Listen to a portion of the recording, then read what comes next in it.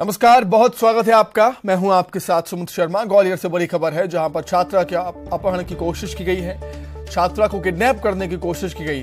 Car से आए दो लोगों ने छात्रा को किडनैप करने की कोशिश की। छात्रा को घसीटकर कार में बैठाने की कोशिश की। छात्रा की चीख पुकार सुनकर लोगों ने कार को घेर लिया।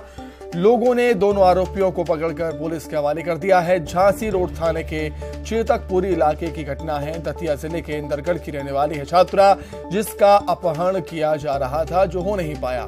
आरोपियों से पुलिस पूछताछ कर रही है।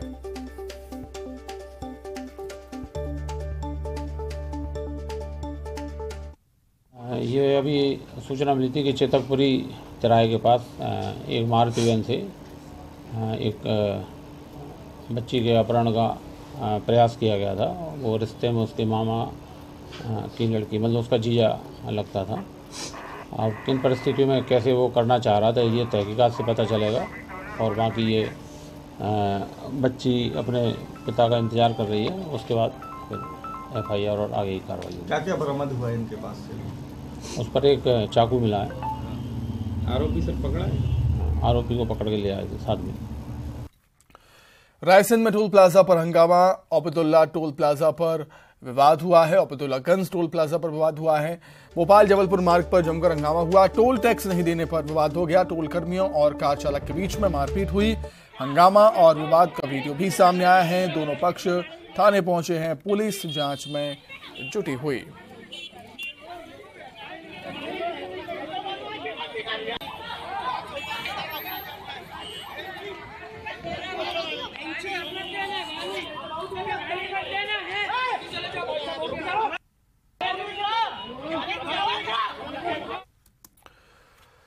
सतना पन्ना मार्ग पर मौजूद रजा पेट्रोल पंप के कर्मचारियों के साथ मारपीट का वीडियो सामने आया है। आरोप है कि नशे में धुत एक दबंग मंगल कोल ने अपने साथियों के साथ पेट्रोल पंप के कर्मचारियों के साथ मारपीट की, तोड़फोड़ की।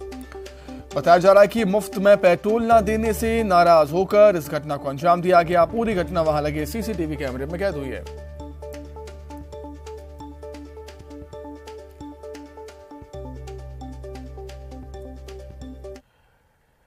खबर टीकमगढ़ से, जहां पर गला रेत कर किसान की हत्या कर दी गई। खेत में पड़ा हुआ किसान का शव मिला है। पुलिस मौके पर पहुंची है, जांच शुरू कर दी है। पुलिस ने शव को पोस्टमार्टम के लिए भेज दिया गया है। मौके से चाकू और चप्पल भी बरामद हुई। पुलिस मामले की जांच में जुटी हुई। लिधौरा की है पूरी घटना।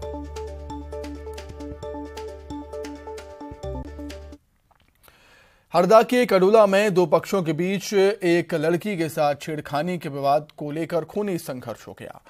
दोनों पक्षों ने एक दूसरे पर हथियारों से जमकर हमला कर दिया।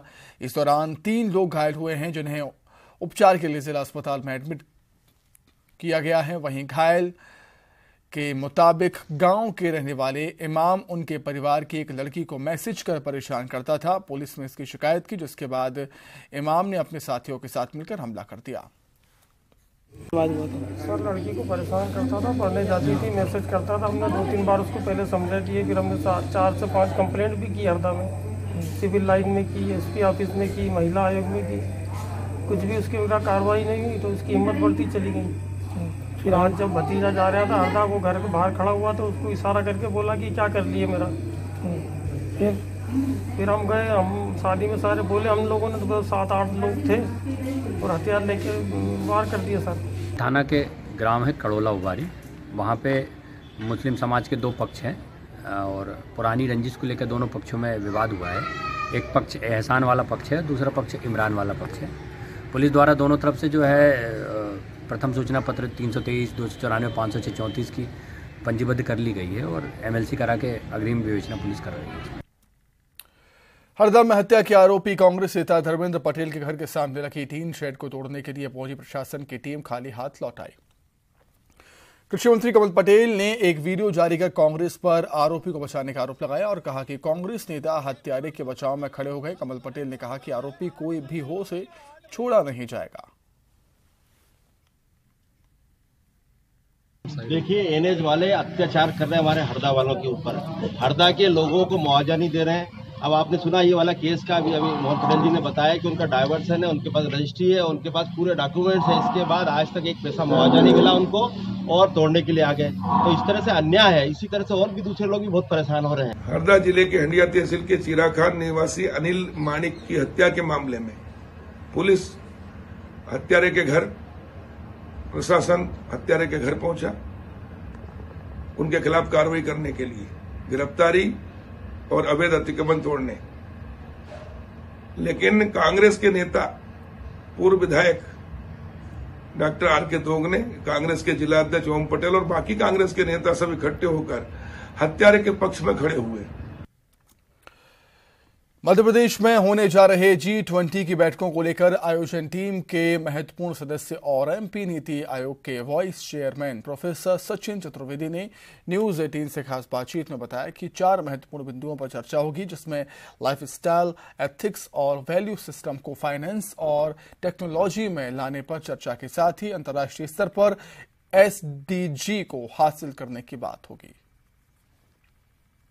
मध्य प्रदेश की राजधानी भोपाल में कल से G20 सम्मेलन के लिए थिंक 20 की खास बैठकें होने जा रही हैं। प्रोफेसर सचिन चतुर्वेदी हमारे साथ हैं। सर, क्या कुछ विशेष थिंक 20 के प्रोग्राम में रहेगा? क्या वो महत्वपूर्ण बिंदु हैं जिन पर आप लोग चर्चा करेंगे? 4 महत्वपूर्ण बिंदु हैं। सबसे पहले जो प्रधानमंत्री ने लाइफ का हमको आइडिया दिया है, लाइफस्टाइल फॉर एनवायरनमेंट। तो लाइफस्टाइल में हम किन चीजों को शामिल करें, किन चीजों के साथ में हम अलग से विचार कर सकते हैं, इसका एक पहला मुद्दा है। दूसरा, एथिक्स और वैल्यू सिस्टम, ये फाइनेंस में और टेक्नोलॉजी में हम कैसे लेकर के आ सकते हैं, ये दूसरा महत्वपूर्ण मुद्दा है। तीसरा, जो अंतर्राष्ट्रीय स्तर पे SDGs को हासिल करने की बात है, उसमें जो कमी आई है उसको हम लोग देखने की कोशिश कर रहे हैं। चौथा, जो सामाजिक और आर्थिक मुद्दे हैं उनमें G20 क्या महत्वपूर्ण भूमिका निभा सकता है। जेनेटिक चेंज की बात चाइना में 2018 में हुई थी, क्या ये माना जा सकता है पहला एक ग्लोबल मंच होगा जहां पे इस बात पे चर्चा होगी?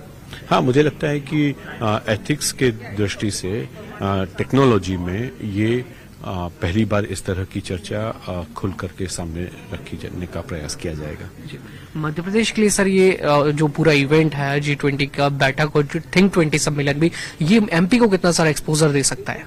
एमपी को बड़ा एक्सपोजर दे सकता है, क्योंकि जैसे कोई मध्य प्रदेश की लाडली लक्ष्मी योजना जो है, वननेस की बात देखते हैं, जो ओंकारेश्वर में हम लोग देख रहे हैं, तो ये कई इस तरह की हमारी योजनाएं, हमारे विकास की अपनी एक जो कहानी है, वो एक महत्वपूर्ण एक्सपोजर मध्य प्रदेश को दे सकती है। जो 300 लोग बाहर से आए हैं वो लोग देखेंगे, इसको समझेंगे कि मध्य प्रदेश का डेवलपमेंट मॉडल, कई काम हो रहे हैं लेकिन उसकी चर्चा सामने नहीं आती है।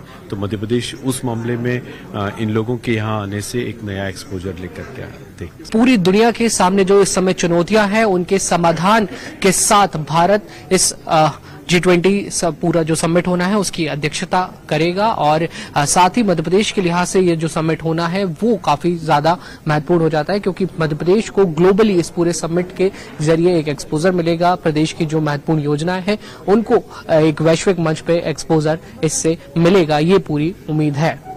वीडियो जर्नलिस्ट दीपक कुमार के साथ न्यूज 18 के लिए भोपाल से वासु चौरे। सीएम शिवराज सिंह चौहान ने सत्ता के सेमीफाइनल माने जाने वाले निकाय चुनाव के लिए प्रचार करना शुरू कर दिया है। धार के मनावर और पीथमपुर में सीएम ने चुनावी सभा को संबोधित किया। इस दौरान कांग्रेस पर जमकर हमला भी बोला। 20 जनवरी को 19 नगरीय निकायों के लिए वोटिंग होनी है। निकाय चुनाव के लिए सीएम शिवराज सिंह चौहान ने खुद मोर्चा संभाल लिया है। धार के मनावर और पीथमपुर में सीएम ने बीजेपी प्रत्याशी के लिए चुनाव प्रचार किया। सभा को संबोधित करते हुए सीएम ने कांग्रेस पर जमकर प्रहार किए। कभी कहते हैं बेरोजगारों को नौकरी दे दूंगा, 1.25 साल में कितनी दी? 1.25 नौकरी नहीं दी। ढोर चराने की ट्रेनिंग जरूर कमलनाथ दे रहे थे। तीर्थ दर्शन यात्रा इनने बंद कर दी थी। मुख्यमंत्री कन्या विवाह जैसी योजनाएं बंद कर दी थी। लेकिन अब और कुछ नहीं करना, जनता के बीच जाना भी नहीं, बस एक ट्वीट करना। कांग्रेस से बड़ी झूठी पार्टी और कोई नहीं। सीएम ने सरकार की उपलब्धियों का भी जिक्र किया। साथ ही ग्लोबल इन्वेस्टर समिट और होने वाले निवेश से रोजगार के अवसर बढ़ने की बात कही। ग्लोबल इन्वेस्टर समिट में पूरी दुनिया के उद्योगपति सिमट कर इंदौर आ गए थे और 15,42,550 करोड़ का निवेश करने का उन्होंने फैसला किया। धार जिले में भी बहुत बड़ा निवेश आ रहा है। इससे 29 लाख रोजगार के अवसर पैदा होंगे। सीएम शिवराज सिंह चौहान ने पीथमपुर में कार्यक्रमों में शिरकत की, साथ ही बीजेपी उम्मीदवारों को जीत दिलाने की अपील की। कांग्रेस प्रदेश अध्यक्ष कमलनाथ ने एक बार फिर कर्ज माफी का दांव खेला है। कमलनाथ ने कहा है कि प्रदेश में कांग्रेस की सरकार बनने पर किसानों का कर्जा माफ किया जाएगा, जिस पर सीएम शिवराज सिंह चौहान ने पलटवार करते हुए कहा कि इनसे बड़ा झूठ बोलने वाला कोई नहीं। एमपी में 2023 के अंत में विधानसभा चुनाव होने हैं। इसके पहले बीजेपी और कांग्रेस में आरोप प्रत्यारोप की सियासत शुरू हो गई है। इस बीच पीसीसी चीफ कमलनाथ ने ट्वीट किया, जिसमें उन्होंने प्रदेश में डिफाल्टर किसानों की संख्या 34 लाख बताई। साथ ही उन्होंने डिफाल्टर किसानों की संख्या बढ़ने के लिए सरकार को जिम्मेदार बताया। कमलनाथ ने किसानों को भरोसा दिलाया कि सत्ता में आते ही किसानों का कर्जा माफ करेंगे। डिफाल्टर किसानों पर पीसी शर्मा ने भी कमलनाथ का समर्थन किया। कहा, कांग्रेस सरकार में 27 लाख किसानों का कर्जा माफ हुआ था। बीजेपी ने सत्ता में आते ही किसान कर्ज माफी योजना को बंद कर दिया। कांग्रेस सत्ता में आई तो किसानों का कर्जा फिर से माफ किया जाएगा। कांग्रेस की कमलनाथ जी की सरकार थी तो 55 लाख किसानों का कर्जा माफी का काम हमने शुरू कर दिया था, जिसमें 27 लाख का हो गया था और 11,000 करोड़ से ज्यादा कर्जा माफ हो गया था। लेकिन जो इन्होंने स्कीम बंद कर दी कर्ज माफी की किसानों की, उनको खाद नहीं मिला, उनको फसल का पैसा नहीं मिला, वो वजह है कि आज 35 लाख किसान डिफाल्टर हो रहा है। इस सब जिम्मेदारी भारतीय जनता पार्टी की शिवराज सिंह चौहान की सरकार की जिम्मेदारी है। इनको उन डिफाल्टर किसानों का पूरा कर्जा तुरंत माफ करना चाहिए। कमलनाथ के ट्वीट पर सीएम शिवराज ने पलटवार किया। उन्होंने कहा कि कमलनाथ आजकल रोज एक ट्वीट करते हैं, कहते हैं किसानों का कर्ज माफ कर देंगे। इनसे बड़ा झूठ बोलने वाला कोई नहीं। चुनाव के लिए कमलनाथ आजकल रोज एक ट्वीट करते हैं, एक ट्वीट। कभी कहते हैं किसानों का सारा कर्जा माफ कर देंगे। इनसे बड़ा झूठ बोलने वाला कोई है नहीं। पहले का 10 दिन में माफ करेंगे, डिफाल्टर किसानों ने इनको बना दिया। कभी कहते हैं बेरोजगारों को नौकरी दे दूंगा। 1.25 साल में कितनी दी? 1.25 नौकरी नहीं दी। ढोर चराने की ट्रेनिंग जरूर कमलनाथ दे रहे थे। तीर्थ दर्शन यात्रा इनने बंद कर दी थी। मुख्यमंत्री कन्या विवाह जैसी योजनाएं बंद कर दी थी। लेकिन अब और कुछ नहीं करना, जनता के बीच जाना भी नहीं है, बस एक ट्वीट करना। कांग्रेस से बड़ी झूठी पार्टी और कोई नहीं। 2018 के विधानसभा चुनाव में कमलनाथ किसानों की कर्ज माफी का वादा करके सत्ता पर काबिज होने में कामयाब रहे, लेकिन 15 महीने बाद ही सिंधिया के पाला बदलने से कुर्सी गंवानी पड़ी। अब एक बार फिर विधानसभा चुनाव से पहले कमलनाथ ने कर्ज माफी का दांव खेला है, जिस पर प्रदेश का सियासी पारा चढ़ा हुआ है। Bureau report, news 18। विधानसभा अध्यक्ष गिरीश गौतम ने पिथौराबाद में पद्मश्री बाबूलाल दाहिया की पूरी बिसरी यादों के संग्रहालय का लोकार्पण किया। पद्मश्री बाबूलाल दाहिया ने अपने घर पर कृषि आश्रित समाज के उपकरणों का संग्रहालय बनाया है, जिसमें 250 से ज्यादा कृषि उपकरणों को एकत्रित किया गया है, जिसका आज विधिवत लोकार्पण किया गया। बाबूलाल दाहिया जी को इसलिए कोर्स से एक तो उनको धन्यवाद देना चाहता हूँ। उन्होंने एक तरह से हमारी पुरानी संस्कृति है कृषि की, उसको जीवित रखने का या उसको पहचान बनाए रखने का प्रयास किया, उसके लिए धन्यवाद देता हूँ। तो हमारा कर्तव्य है कि हम उनको रखें सहेज के, क्योंकि हमारे पूर्वजों की ये धरोहर है। इसलिए हम ये करने लगे। तो पिछले 1 साल से हम कर रहे हैं, धीरे धीरे जोड़ते हुए। 50 प्रकार के उपकरण हमको लोहार देता है, 50 प्रकार की बढ़ई देता है, 30-35 प्रकार के बर्तन हमको कुम्हार से मिलते हैं, 14-15 प्रकार के उपकरण हमारे पत्थर शिल्पियों के थे। दतिया पहुंचे गृह मंत्री अमित मिश्रा ने झांसी बाईपास रोड पर आदिवासी समाज के सामुदायिक भवन का लोकार्पण किया। इस दौरान आदिवासी समाज के लोगों ने ढोल बजाकर गृह मंत्री का स्वागत किया। आदिवासी लोग जब ढोल बजा रहे थे तब गृह मंत्री अमित मिश्रा ने खुद ढोल बजाकर आदिवासियों का दिल जीत लिया। हमें गीत भी यही दोहरा के सिखाया जाता है कि पंथ का अंतिम लक्ष्य नहीं है सिंहासन चढ़ते जाना, और सब समाज को लिए साथ में आगे है बढ़ते जाना। समाज का कोई वर्ग छूटना नहीं चाहिए। जो भाई भटके बिछड़े हाथ पकड़ ले साथ चले, भोजन कपड़ा घर की सुविधा शिक्षा सबको सुलभ रहे, धर्म सनातन अनुगामी बुद्धम शरणम गच्छामि। अरहंतों को नमन करें दे वाहे गुरु अकाल कहे। ये सिर्फ हमारी संस्कृति में ही है। छत्तीसगढ़ में बीजेपी इस वक्त पूरी तरह से इलेक्शन मोड में है और प्रदेश की आदिवासी सीटों को जीतने के लिए रणनीति पर काम कर रही है। इसी रणनीति के तहत बीजेपी सरगुजा में जनजातीय सम्मेलन करने जा रही है।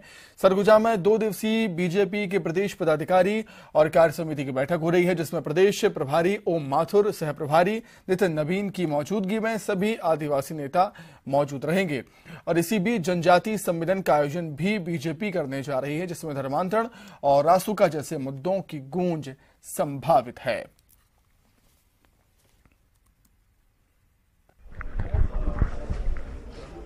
छत्तीसगढ़ में ये साल चुनावी है और इस चुनावी साल में बीजेपी जनजातीय सम्मेलन कराने जा रही है और वो भी प्रदेश के आदिवासी अंचल सरगुजा संभाग में। किस तरह की ये तैयारी है और क्या कुछ इस सम्मेलन के पीछे बीजेपी की रणनीति है, हमारे साथ बीजेपी के प्रदेश अध्यक्ष अरुण साहब हैं, इनसे ही जान लेते हैं। जनजातीय सम्मेलन की जरूरत क्यों पड़ गई ठीक चुनाव से पहले? वैसे भी आपकी कार्य समिति की बैठक तो ऑलरेडी हो ही रही है।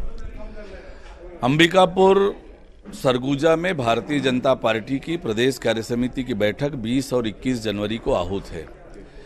प्रदेश भर के नेता अंबिकापुर में रहेंगे और इस नाते एक बड़ा कार्यक्रम वहां पर करने की हमारी योजना बनी है। उसी के नाते वनवासी सम्मेलन, आदिवासी समाज का एक बड़ा सम्मेलन आयोजित करने का निर्णय हुआ है। लगातार केंद्र की सरकार आदिवासी समाज की तरक्की और बेहतरी के लिए काम कर रही है।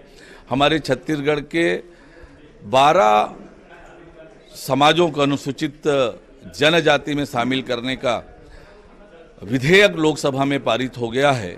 राज्यसभा में उम्मीद करते हैं कि आने वाले सत्र के दौरान पारित हो जाएगा। तो एक बड़ा निर्णय भारत सरकार में हुआ है। निश्चित रूप से आदिवासी समाज में भारतीय जनता पार्टी के लिए उत्साह का वातावरण है और इसीलिए हमने तय किया कि वहाँ पर एक आदिवासी समाज का सम्मेलन करेंगे और निश्चित रूप से हम आदिवासी समाज के बीच में जाकर अपनी योजनाएं उन तक रखेंगे। सम्मेलन के बहाने कोशिश है कि आदिवासी सीटों पर ज्यादा फोकस किया जाए। वैसे तो फोकस है ही, लेकिन साधने की क्या रणनीति? देखिए, एक स्वाभाविक रूप से जब हमारी प्रदेश कार्य समिति अंबिकापुर में है तो एक बड़ा कार्यक्रम भी वहां पर हो, इस नाते तय किया है। बिल्कुल, बीजेपी अपनी कार्य योजना तैयार करेगी और आने वाले दिनों में सरगुजा संभाग में बड़ा सम्मेलन भी करने जा रही है। और जिस तरह से आपने सुना प्रदेश अध्यक्ष अरुण साहब को, तो उनके बयान से ये साफ है कि धर्मांतरण का जो मसला है वो यहाँ थमने वाला नहीं है। चुनावी साल है और ऐसे में धर्मांतरण की गूंज पूरे प्रदेश में सुनाई देगी। कैमरा पर्सन राजेंद्र सिंह चौधरी के साथ देवव्रत भगत, न्यूज 18 रायपुर। जगदलपुर से बड़ी खबर। 15 साल की किशोरी के साथ सामूहिक बलात्कार हुआ।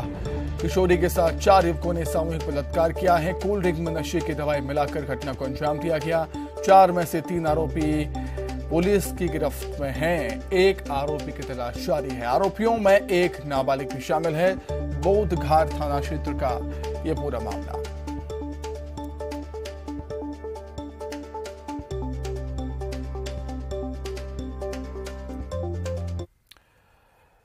एमपी के बैतूल में एक वकील ने अनूठी शादी की। वकील दर्शन बुंदेले ने भारत के संविधान को साक्षी मानकर 7 फेरे लिए। दर्शन बुंदेले और राजश्री ने पहले संविधान की शपथ ली, जिसके बाद वो एक दूसरे को उन्होंने वरमाला पहनाई। दर्शन बुंदेले बैतूल कोर्ट में वकील हैं, जबकि राजश्री एक समाज सेविका। इससे पहले बैतूल में पदस्थ रही डिप्टी कलेक्टर निशा बांगरे ने भारत के संविधान को साक्षी मानकर शादी की थी।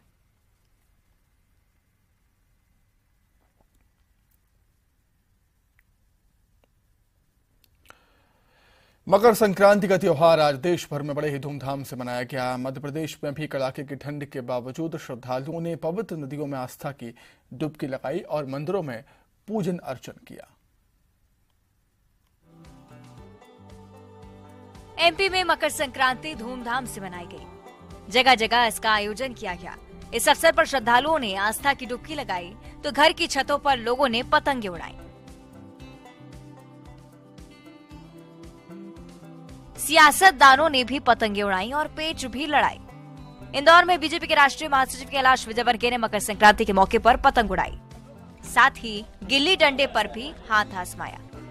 कार्यक्रम का आयोजन कनकेश्वरी ग्राउंड पर किया गया था। यहाँ महापौर पुष्पमित्र भार्गव के साथ कैलाश विजयवर्गीय पतंग उड़ाकर मकर संक्रांति का पर्व मनाते दिखे। इस दौरान उन्होंने लोगों को शुभकामनाएं भी दी। मंच पे हमारे नेताओं के लिए जरा जोरदार तालियां बजा दीजिए। मैं सब देवियों को प्रणाम करता हूं। हमारी मातृशक्ति आगे सुबह सुबह आ गई है, इन सबको भी प्रणाम करता हूं। सबके लिए आने वाला वर्ष मंगलमय हो। वहीं बाबा महाकाल की नगरी उज्जैन में भी मकर संक्रांति का पर्व बड़े ही हर्षोल्लास के साथ मनाया गया। सूर्य के उगते ही शिप्रा के घाटों पर नहाने के लिए काफी संख्या में श्रद्धालु जुटे। भक्तों ने मोक्षदायिनी मां शिप्रा नदी में स्नान और दान करने के बाद बाबा महाकाल का आशीर्वाद लिया। वहीं धार्मिक नगरी ओरछा में भी लाखों लोगों ने मकर संक्रांति पर्व पर बेतवा नदी में आस्था की डुबकी लगाई। बेतवा नदी में स्नान के बाद लोग भगवान राम राजा सरकार के दर्शन करने पहुंचे। श्रद्धालुओं ने स्नान के बाद संक्रांति मेले का भी आनंद लिया। मान्यता है कि यहां आने वाले श्रद्धालुओं की भगवान राम राजा सरकार हर मनोकामना पूरी करते हैं। वहीं मंडला में भी मकर संक्रांति को लेकर नर्मदा तट पर श्रद्धालुओं की भीड़ उमड़ी। श्रद्धालुओं ने नर्मदा नदी में स्नान करने के बाद दान किया। पड़ोसी जिले बालाघाट, सिवनी और छिंदवाड़ा के साथ ही महाराष्ट्र और छत्तीसगढ़ से भी बड़ी संख्या में लोग नर्मदा दर्शन, स्नान और पूजन करने पहुंचे। खरगोन के प्राचीन ऐतिहासिक नवग्रह मंदिर में भी मकर संक्रांति की धूम रही। कल रात में मकर राशि में सूर्य के प्रवेश के बाद आज सुबह से ही मंदिर में श्रद्धालुओं का जन सैलाब उमड़ पड़ा। मकर संक्रांति के पर्व पर सुबह से ही नवग्रह जो देश का एकमात्र मंदिर है, ऐतिहासिक प्राचीन मंदिर है, यहाँ श्रद्धालुओं की भीड़ उमड़ रही है और श्रद्धालु यहाँ लंबी लंबी लाइनों में लगकर भगवान नवग्रह के दर्शन कर रहे हैं, अपनी मनोकामनाएं कर रहे हैं। किस प्रकार की आस्था है यहाँ पे जो नवग्रह मंदिर, क्या कहना चाहेंगे? यहाँ पे सूर्य की पहली किरण आती है, फिर पूरा नवग्रह मंदिर के लिए दूर दूर से लोग आते हैं। फिर मकर संक्रांति के पर्व पे सभी इकट्ठे होते हैं, यहाँ पे कथा करवाते हैं। खरगोन के नवग्रह मंदिर में आज करीब 1 लाख से ज्यादा श्रद्धालु दर्शन और पूजन के लिए पहुंचे। ये सूर्य प्रधान नवग्रह मंदिर है और इसलिए इसका विशेष महत्व है। सूर्य प्रधान नवग्रह मंदिर है। इस सूर्य प्रधान होने के कारण ही सूर्य के उत्तरायण काल में यहाँ पर पूजन और दर्शन का विशेष महत्व है। ये सूर्य प्रधान मंदिर है और इसलिए जो है मकर संक्रांति के पर्व पर इस देश के एकमात्र मंदिर में सुबह से ही श्रद्धालुओं की भीड़ उमड़ती है। आशुतोष पुरोहित, न्यूज 18 खरगोन। भारत ने वनडे इंटरनेशनल इतिहास की सबसे बड़ी जीत हासिल की। भारतीय टीम के 391 रनों के सामने श्रीलंकाई टीम 73 रनों पर सिमट गई। पहले बैटिंग करते हुए इस तीसरे वनडे मुकाबले में भारतीय टीम ने रनों का अंबार लगा दिया। आप भी देखिए भारतीय टीम की जीत के कुछ लम्हे और मुझे दीजिए इजाजत। नमस्कार।